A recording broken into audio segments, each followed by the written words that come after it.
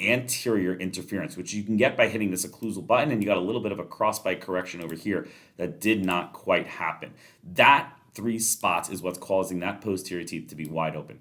Now, the other problem is that they do a little bit of intrusion to kind of help get rid of it, but it's not that much. That's not enough of intrusion. These guys should be driven all the way down with GAIT, the Gallerite Anterior Intrusion Protocol. And we have the G5 attachments on one side, but we should have a G5 attachment here. We should have a lingual attachment on the canine, and we should take those anterior teeth and just drive them all the way down to get them all the way down to the occlusal plane.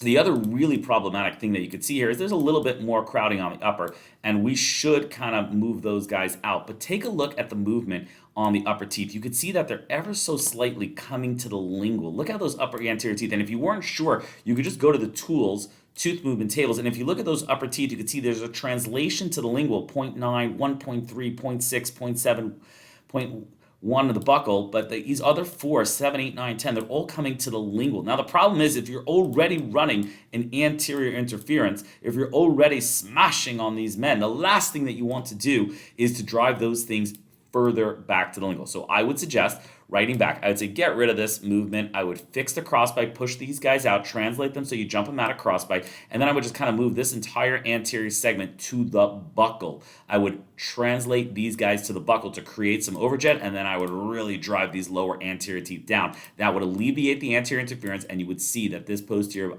bite collapses and goes back into perfect harmony with no actual movement of these teeth. This has been a ClinCheck Theater Thursday, how to fix a posterior open bite.